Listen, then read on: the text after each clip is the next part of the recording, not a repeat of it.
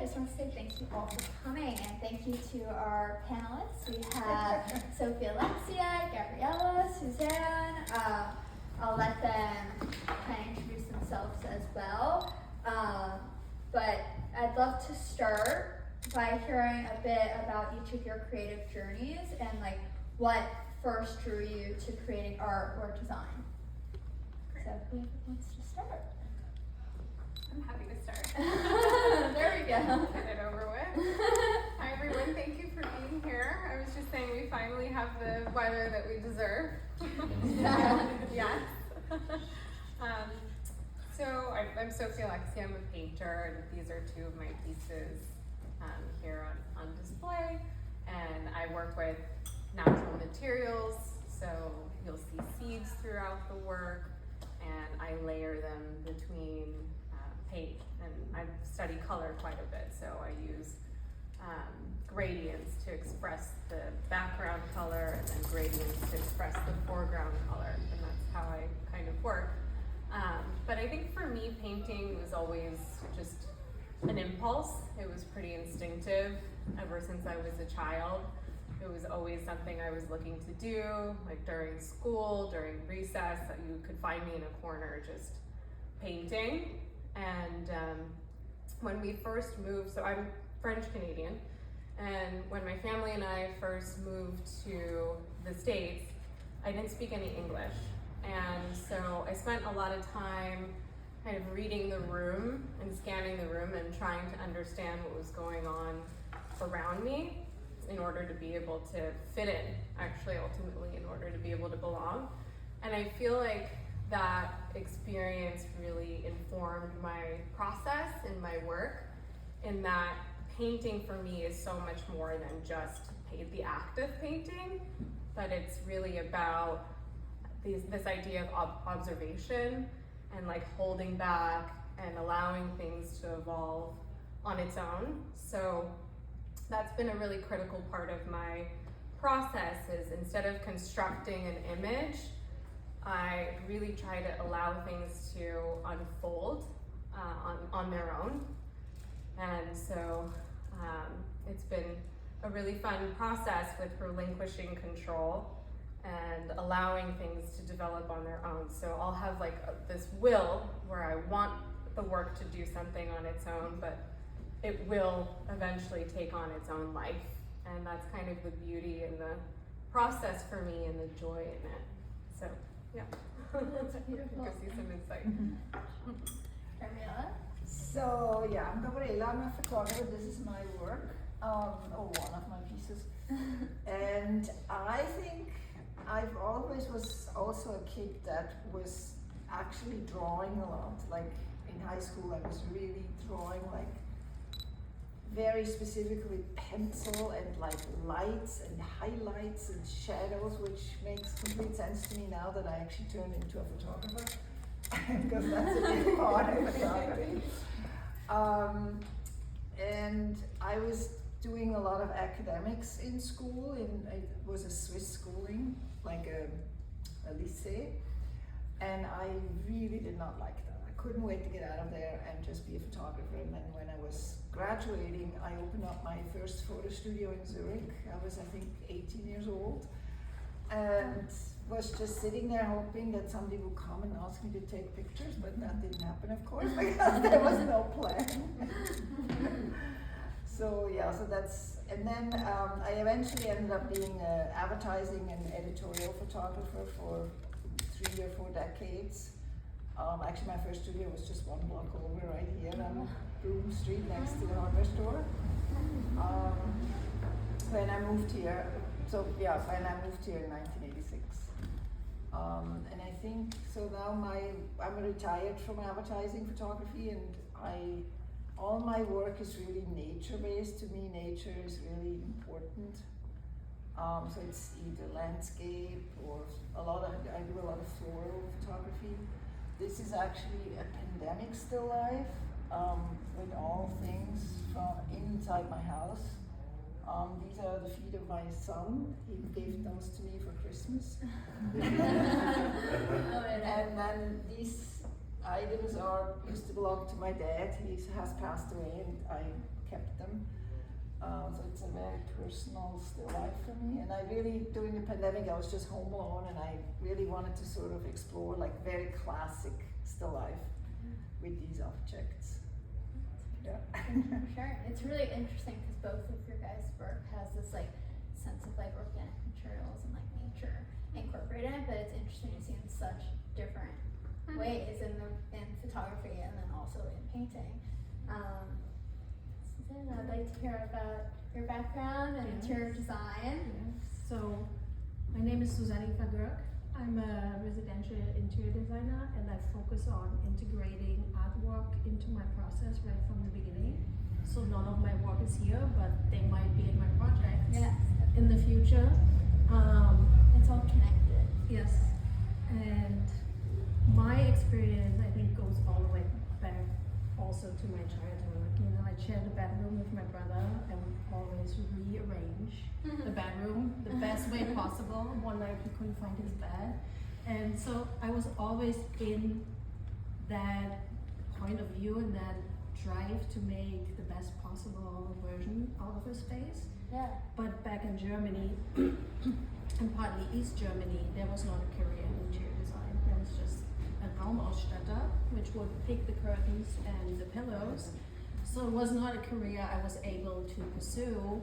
So the next best thing to apply my creativity was to go into graphic design and then later on into advertising and marketing. And I ended up in a career in advertising first. That brought me to New York. But eventually moving around New York, you know how it is. You find an apartment, you start out, you move to the next apartment. And again, I would always make the space the best it can be.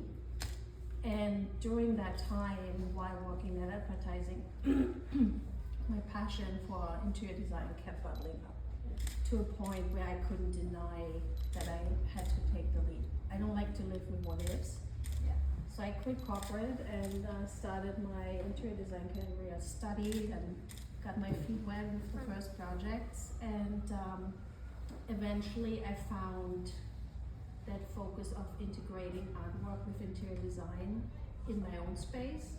So a little bit of a longer story, I can elaborate, but to draw the picture and paint everything together, I really focus on creating that alignment between the space and the artwork, so both can shine at its best and you really get the most impact and value out of your artwork, but also your space. I love that. It's beautiful. We actually had a show that you curated called the Apartment Show, which showed our gallery staged like a home, and in the context of what you're saying between art and furniture and how it really is all connected, and your home is basically like an art piece in itself, so you want to treat it that way. I think that was such a special exhibition, so.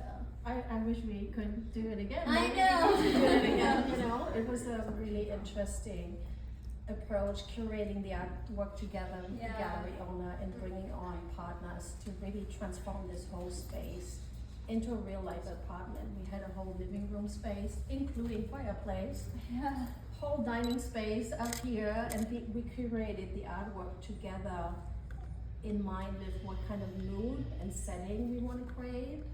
And that, I think, was the best experience, to invite people in to feel, see what it feels like to live with art and look at a piece of artwork longer than 28.63 seconds. The average time people look at a piece of art, so it was a really successful project for sure. Amazing. And so, next question is, you all work in very different mediums, but there's a strong sense of storytelling in each of your practices. How do you think creating a mood, or how do you think about creating a mood or a narrative in your work? Sure.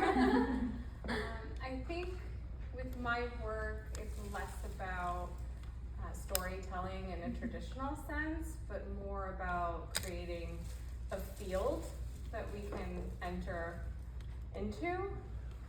And so, so many of the materials that I'm using are natural materials, so they already have a narrative tied to them. I use seeds as an anchor throughout the work, and within seeds they carry an entire timeline from the past to the future to the possibility of transformation. And so it's really this idea that everything's contained in this cycle in a singular form. And so I'm really interested in capturing and containing that idea of infinity in the work. And so it's less about a story, but more about creating a state or a condition. And within that state, the story emerges, if that makes sense. Yeah. Yeah. Love that. It's kind of like what you were saying before, where it's like you go in with a plan, but it kind of like unfolds for you, and that's really beautiful. Yeah. And so, Gabriella? So yeah, the plan. Yeah. The plan. I often go in with a plan. Yeah. And that, I learned that a plan is just a really great way to get a project started. And then it becomes very intuitive for me. And also, I used to suffer from a lot of anxiety. And because of that, all my work is kind of, if you see more of my work, is all kind of around peace and peacefulness. There's a lot of Zen meditations in especially one series that I did, the luminous and shadow stones. And so I think really what I'm doing is I'm creating work that brings peace into people's homes. Yeah. It's kind of like the connection between art and into the home as Yeah. well. Yeah. Can you repeat the question? Yes, of course. I was listening. So I was like, which question were we on? I was too listening. So you all work in very different mediums, but there's a strong sense. No wine for you. But there's a strong sense of storytelling in all of your practices. How do you think about creating a mood or a narrative in your work? So, for us to create that narrative, that storytelling, is the utmost importance. Working with clients, especially in residential homes, what we are focusing on. And for us, it's really, I like to call it like to create spaces that speak for the homeowner or who they want to be, how they want to live. So it's and that's where the artwork comes in for us as well. That's kind of our medium where we are enhancing the story that's already there. Yeah. So at the end of the day, the artwork is often a representative of the past of the homeowners, for example, where they grew up, how they grew up, a picture of their past. A lot of times it's also a milestone where they are right now. So integrating that in the space or bringing in artwork what they look forward to, what they aspire to. So taking these pieces in dialogue with the placement, the space where they're placed, that's how we can create the narrative, how they will live in the space. Some people I found out and I love have artwork in the closet. Yeah. So when you get ready, how do you want to feel, right? What kind of narrative you want to set your day with? Yeah? When you walk out of the door, which pieces of artwork, which we actually did during the appointment, which pieces of artwork you want to see when you walk out the door to pump you up, feel inspired. Start your day. Yes, or when you go to bed, what is the thing you want to see there that creates the mood, the setting you want for your life and your space? Yeah, it's really important. Okay, so the reason for this event is because it's Women's History Month. So how has your perspective as a woman influenced your creative process or your experience within the industry, if at all? Oh boy, that's a big question. It is a big question. Yeah. Well, I think it's impossible not to think about being a woman in the world, and then being a woman in the art world. There's been, of course, a long history of discrimination that hasn't disappeared. But beyond that, I want to say that I do see it as a strength.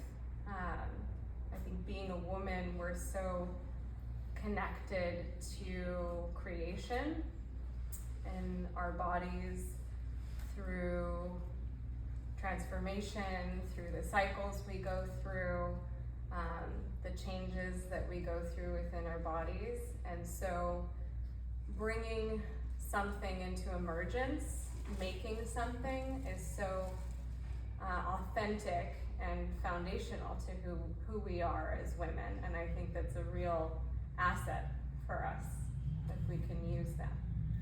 You know? That's beautiful. Yeah.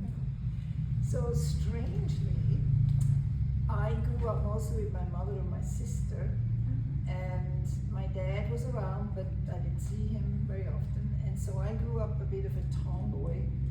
And you know, if you ever needed anything like a picture hung, I would just take out the drill and do it. And I came to New York as a 22-year-old young woman, and I thought I could just do whatever I wanted, and I did not see any barriers between men and women at all.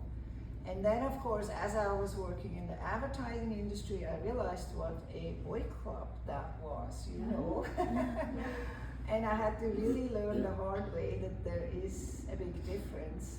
And now, I mean, this was probably 20 years ago now that we're talking about.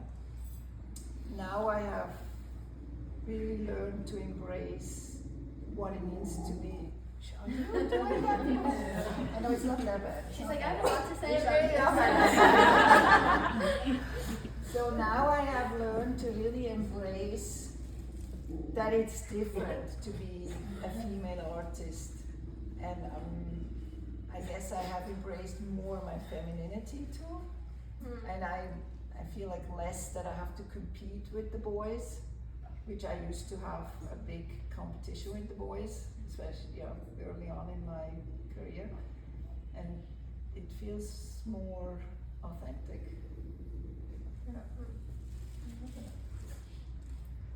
Yes, the boys club and the advertising world. Yeah, you would definitely relate to that with advertising as well. Now I find myself lucky and grateful that I haven't hit any kind of ceiling or competition. There's a lot of male and female designers in the interior design world. In the advertising world, it was a totally different story. And I'm all for equality, creating history, not setting boundaries, all earning the same amount of money and prestige and all that comes with it. But there's something to be said that Sophia already said, like, as a woman, we have a different point of view, we have a different brain, we communicate differently, we have different hormones. At some point, why not use that as a strength and not as a disadvantage, while still making the same amount of money and creating the same amount of success? So I just think tapping into what you feel and see, and that's not only for women and men, but every individual sees the world differently, and we should just embrace how we see it, and if we can do it through artwork and people can experience our world or enhance their own world by bringing artwork into their space, then let's do that, you know? So in an era dominated by Instagram and hyper-curated visuals, do you ever feel pressure to create work that is beautiful or digestible, and how do you resist or how do you engage with that? Well, I think beauty has always had a relationship to art and to painting. Personally, I'm more interested in harmony. So kind of harmony as it presents itself in nature. It never feels like perfected, but it somehow feels right because it's alive. And so that's what I'm after in my work. And when I tend to overwork or polish something, it really kind that energy. Yeah. So I that's think if you try to that's what I force would it to be too much. yeah, one yeah, I thing. have to know. I had a teacher who said something to me that was really useful. I studied figurative and portrait painting for a few years in Florence. Like me too.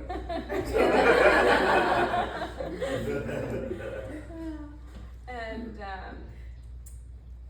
it really helped me in terms of understanding like composition and light and color. But I was so shocked when I went to see my teacher's studio, because we were doing these really intricate, like academic, figurative and portrait paintings. And when I walked into his studio, I saw this portrait that he had done that was felt really undone, actually, but it was so alive, and the portrait was just gorgeous, and it felt like a live human being. And I asked him, like, what are you thinking about? And he said, once you get good at this, you'll know not what to put in, but what to leave out. And so that really, I keep that in mind when I'm like painting and going too far, and I just want to put like one more stroke or something on it, and then I ruin it. So walk away. And come Yeah, back I later. want to walk away. Yeah. Oh, that's great. Gabriella? I try not to pay too much attention, even though I mean I have obviously an Instagram account. Yeah. But I really try to, and especially with AI now, it really scares me what's happening. Yeah. And I try to kind of push that all aside and just do the work and stay with that, you know. Yeah, it's definitely hard when it's like every time you open your phone, there's like images of, especially you don't know all the time what's real now with AI. Right. Especially when it Especially comes in to like photography, photography, yeah. yeah. Especially since People. I think it's the camera. Yeah, I think it's the bag. Maybe it's the bag. Oh yeah, maybe it's the bag. I think it's the camera. People really like this. People want to come over here? I don't know. No, she's gonna do. Oh, let me talk. There we go. Oh, so much No, happening. she's okay. Too many people. Just better. There we go. Something is like scaring her. Getting very protective of the tail. Aw. Real guard dog. Yeah. She's trying to steal the show. But yeah, it's especially for photography. I feel like part of the age of AI and everything to try to focus on like not competing with those images and Right. staying true to like your work and the story you want to tell in your pieces. And, yeah, I think that's. And I actually just, I was, we talked about it earlier, I was starting to gold leaf some of my work about 3 years ago, and then I put it aside. I'm very slow when it comes to editing, and like, I have to look at things forever, and then I'm like, okay, that's it. And so now I'm just in production mode of gold leaf, and it just feels so good to just do something tactile. As a photographer, it's always the camera, and I mean, in the dark room, yes, you touch the chemicals and stuff, but it's really that's really good, and I feel that this sort of a counter reaction towards all this AI, and you know, everything has like little flaws and scratches, and I really love it. Oh, that's great. Yeah. Susann? So obviously when we get to photograph a project, which is not always the time, some clients don't want their project photographed, or something happens and it's not the outcome you want. In those cases, obviously, we use the lens and the camera to get the best picture possible. So we might be moving a plant or a lamp to get the best shot to post on social media or like on our website. But at the end of the day, what we do is we design for our clients, not the broad audience. That's why it's so personal and so connected to their story that we don't really care about how it's gonna look or if it's if it's gonna ruffle feathers or if it's gonna be the perfect shot. It's more about how's our client gonna live and feel in the space. That's Yeah. our main focus. Because there's nothing more personal than Yeah. like your home where you live and you're connected to your art and your environment and everything. So I imagine that you want to keep it separate from like what's on social media Yeah. and like this version of life that you're portraying on social media. What's also becoming interesting, especially with AI, I think a lot of times now we want to see imperfect things or how they have been created, how did it happen, the story behind it.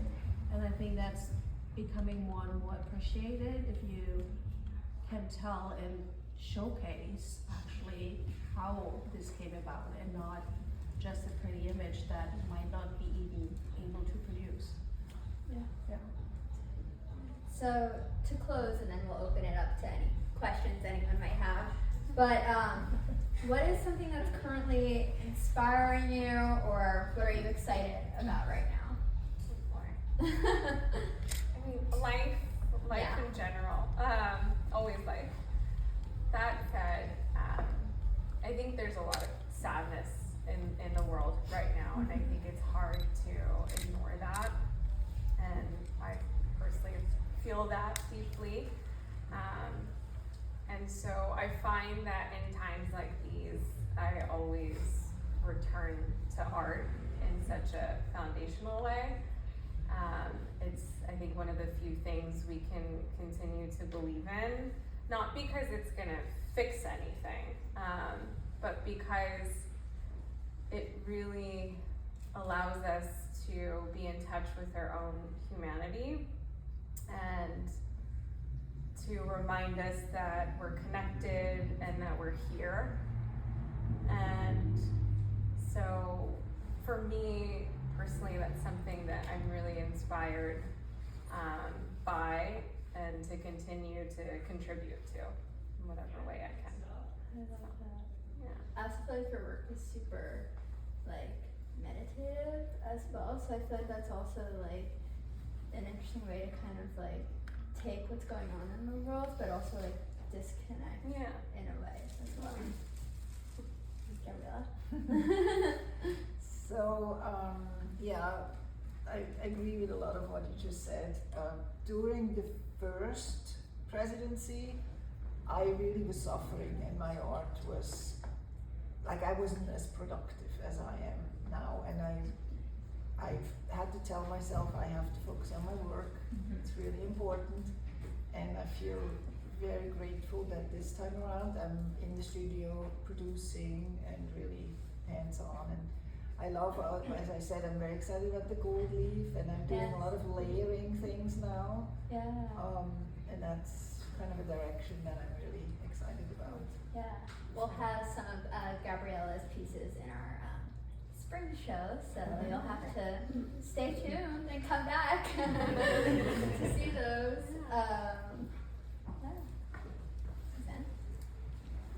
Well, I just want to say I want to keep championing Yeah. German accent, the idea of bringing art and interior design together and treating it as an asset, not as an afterthought. And I want to keep, writing, speaking about it, poking at our own industry at it. Are we doing our clients a disservice if we are just putting decorative art into a space? Does it become visual noise, or should we not take the artwork and create a more meaningful space for our clients? So I'm gonna keep doing that. Yeah. And then I'm also excited and exploring right now to potentially take part of our early process of assessing how artwork lives in a space and maybe creating secluded first entry service or product where we can strategize art and space together and see the first analysis of what you can do in your home or where artwork should go or what kind of artwork or the artwork you already have, without starting a whole project, but assessing and collaborating and consulting on that part. So we might be, separating that and like getting people that part of the process. That's really exciting. I'm excited to learn more about it. Does anyone have any questions? Or, I have a question for Sophia. Oh, So you said you studied portraiture, right? I did. How does it inform your current work? Yeah, I mean, I think it gave me an excellent foundation in terms of understanding composition and color and light and depth. And I still use a lot of what I've learned within the structure of my work now. Wow. For sure. Yeah. Who were some of your favorite portrait painters? I'm a huge Thomas Gainsborough fan. That's Oh why- yeah, I think it's perfect. Have you been to the Frick since they Not since Oh, the it's new. great. they reopened? You have to. Everyone has to go to the Frick if you have the chance. I'll do that It's tomorrow. such an excellent collection. Yeah, I mean, I think Rembrandt. I love his portraits, his self-portraits. They're kind of raw and they're not perfected and so refined, but they feel very much alive. Van Dyck, Velasquez, I mean, all the old masters, Caravaggio is, I mean, so impressive to me. Okay. So yeah, I could go on. Yeah. Thank you. You brought up AI before, even though this is maybe not the typical medium for it, but aside from the potential negative impacts it might have on an artist, are you finding any positive impacts either on your artwork or on your businesses, how you're leveraging it? I Yes. have in December, I hate sending out newsletters, but I do it once a month. yeah. And I always know what I want to say, but it would take me seriously a day to get this together. Also, my first language is German, not English. And I have in December discovered if I just put together some sentences of what I want to say, and then I go to ChatGPT and I say, can you please make this into an email form? Yeah. So it makes sense. It comes up perfectly. And I save so much time, and I don't care because I'm not pretending to be a writer. It's really helpful. Yeah. We do use it for business purposes, not for the design process, but to speed up visualization of a space, to get to a quicker outcome, to present to a client or discuss projects, but not the innate process of creating a space and thinking about scale and harmony. But then also on the business side with writing emails to clients, capturing our initial discovery call and assessing more quickly with AI what are the bullet points, what are the most important points, and condensing that time frame a little bit and making our back-end process faster and more efficient. Oh, for me. Oh, God. No pressure. I mean, I was just thinking about that, saying that I wish AI could do all my chores so that I could focus on my art instead of doing my art so I could do my chores. Yeah. That would be a great use of it. It hasn't infiltrated my work, because my work is so hand done. But it has infiltrated my life in the sense that I definitely have an unhealthy relationship to ChatGPT. Oh, yeah. My husband can attest to that.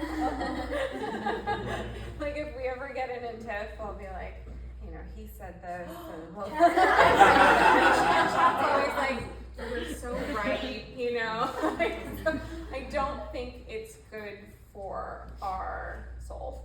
And our ability to kind of like think for ourselves and to be challenged. And I think so much about making work and understanding ourselves through the work is to be challenged. I think that's really important, is to not be comfortable. And I think that, we're kind of going in an awkward direction with it in that sense. So I have to take a little break, I think, every now and then from it. Especially ChatGPT. Yes, exactly. Thank you. Alex? So you've all been doing art for different mediums of art for most of your lives, it feels. So what has, as you go through different phases in your life, I guess, how has that shaped how your artwork evolved over time? Oh, wow. I mean, so much. When I was younger, I was really interested in figurative and portrait painting, which I still am, and it's still like where my heart is in so many ways. But then later on, I abstracted from that and I realized that what I was interested is that liveliness that comes from portrait painting and light. And so I started painting on metal, and I think that was a point in my life where I felt like I was competing with the boys a little bit, and I wanted to work with this tough material, and I was kind of going to bat with it. I would like sand in between layers, and in a way it helped me build some confidence in how I use my body to make work. But I realized that I didn't really like the work that I was making, and I was avoiding this idea of like softness and being a woman and being feminine, and I was kind of getting away from that. And later on, I was in Australia, and I didn't have all of my material with me, and so I just went to pick up some linen and a spray gun and some flowers, and I kind of started to play around with that and allowed myself to do the feminine thing and work with natural materials, and over time that's how my work kind of evolved. And I don't know how much it's affected me and how much I've changed, but here we are. Well, I think for me it was more that I was in a little bit of a different career early on, because I was a commercial and editorial photographer. So there was definitely a time in my life where I felt more comfortable when somebody gave me something to do, and I would execute that in the best way possible. Even though I did always do some fine art work, but for me there was more like an emotional thing that I wanted to just do, and then I didn't really do anything with it. I never showed it to anybody. It was just sitting in a drawer. And so I feel very liberated now at my age to fully focus on my fine art career and feeling more confident. Yeah. I can say that I think as we evolve as a person, I think our work evolves with us, and we change with our circumstances. Everything affects us naturally. I just sometimes feel bad for my first clients that they don't get the version of me today, but other than that, I think it's expected and required to evolve, and that your work moves with it. I feel like that's a big purpose of creating art. It's like it resembles who you are or reflects who you are in a certain point in time, and then you can look back at that and remember who you were at that point in time. And also, like, going back to what everyone said about creating art for yourself versus other people. I think it's so important to express yourself through art, and even if you don't show it to anyone, like, it's still a creative outlet for you. It still has value, exactly. I love that. Well, if we have no more questions, let's everyone get some wine, we have some mocktails too over there, and let us know if you have any questions, and enjoy. Thank you.